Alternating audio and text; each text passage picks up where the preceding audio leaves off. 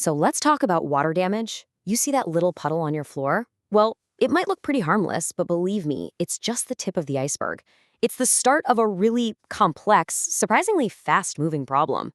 And in this explainer, we're going to pull back the curtain on the science of what's happening and show you exactly how the pros bring your home back from the brink. First things first, you have to understand who the real villain of this story is. And here's a hint, it's not the water.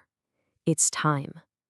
Every single second that ticks by is another second for that damage to creep and spread, a lot of the time in ways you can't even see. And this is the number you need to burn into your brain. 24 to 48 hours. Especially in humid climates, like you find all over North Texas, that's your critical window. After that window closes, mold can start to take hold, turning what was a water problem into a serious health problem. The clock literally starts ticking the second that water shows up. Now, here's where it gets really interesting, because where you live can actually create its own unique set of risks. So we're going to use Carrollton, Texas as a little case study here to see exactly how local environmental factors and even man-made stuff can stack the deck against a homeowner. All right, let's look at the environmental risks first. Carrollton is built on this expansive clay soil. What does that mean? Well, it swells up like a sponge when it gets wet, and then it shrinks when it dries out. This puts a ton of stress on your home's foundation and all the pipes buried underneath. Then you throw in the fact that it's right near the Elm Fork Trinity River floodplain. Well, you've got yourself a perfect recipe for disaster when those big spring storms roll through. And then there are the risks we kind of built ourselves.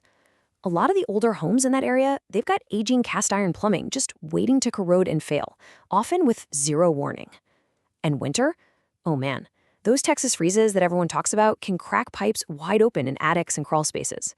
You might not even know it's happened until everything thaws out and a flood starts downstairs. Okay, so you're faced with all this chaos. You might be tempted to think, I just need a bunch of towels and a shop vac, right? But no. Professionals, they don't just clean up. They have a systematic 3-phase playbook that's specifically designed to bring order back from chaos and, most importantly, prevent that nasty long-term damage. And this lays out the core strategy perfectly. It's a simple but powerful 3-step process. Step 1, emergency water extraction. That's all about getting the visible water out fast. Step 2, structural drying, which tackles all that hidden moisture. And finally, step 3, restoration and reconstruction, where they actually repair the damage. Let's dig into phase 1, extraction. This part is all about 2 things, speed and raw power. The pros roll up with heavy-duty, truck-mounted equipment. We're talking machines that can suck out thousands of gallons of water an hour. The whole goal is to remove all that standing water and stop it from seeping any deeper into your property. But getting rid of the puddles you can see, that's really just the beginning. Phase 2 is where the real science kicks in. This is about deploying a whole arsenal of gear. Commercial-grade dehumidifiers, high-speed air movers, to literally pull hidden moisture out from inside your walls, from under the subfloors, from the very bones of your house. Now, once everything is verifiably dry, and don't worry, we're going to get to how they know that in just a second, then it's time for phase 3. This is when licensed contractors come in and either repair or completely replace anything that was damaged beyond saving. We're talking drywall, insulation, flooring, cabinets, the whole 9 yards. The goal is to get the property back to exactly how it was before the loss.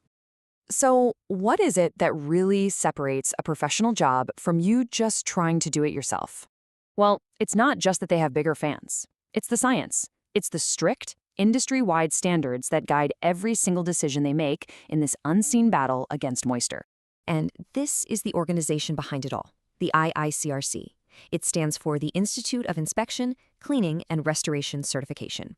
They're a nonprofit, and they're the ones who set the global standards for the entire industry. You can think of them as the people who literally wrote the rulebook that every certified technician has to follow. And here is the absolute core principle from their main rulebook, the S500 standard. This is so important. What it means is that drying isn't a guess. It's not about putting your hand on a wall and going, yeah, that feels dry. No way. It's a measurable, scientific goal that has to be met and documented before any repair work can even think about starting. It's also super important to understand that not all water is the same. The IICRC actually classifies it into 3 categories. You've got Category 1, which is clean water, say from a broken supply line. Then there's Category 2, or gray water. This stuff has some contamination, like from an overflowing washing machine.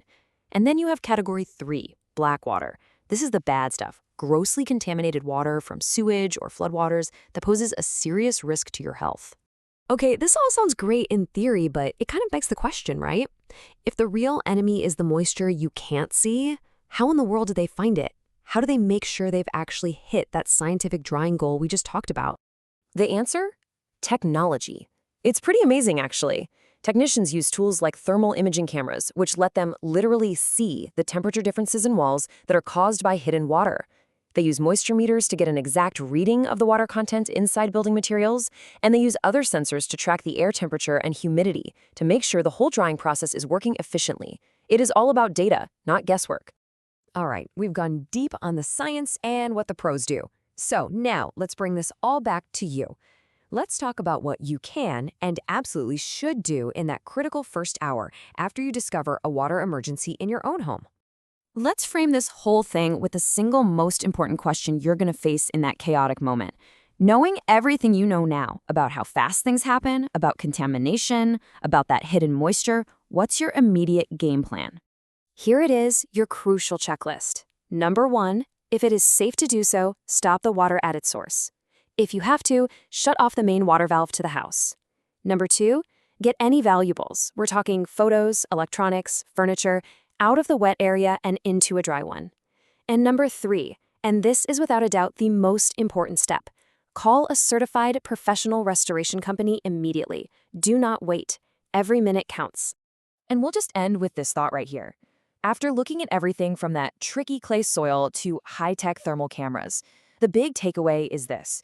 The damage that truly threatens your home, your investment, and your family's health is almost never the puddle you can see on the floor. It's the hidden moisture. It's that silent enemy waging a war inside your walls. And the real question is, are you equipped to fight it?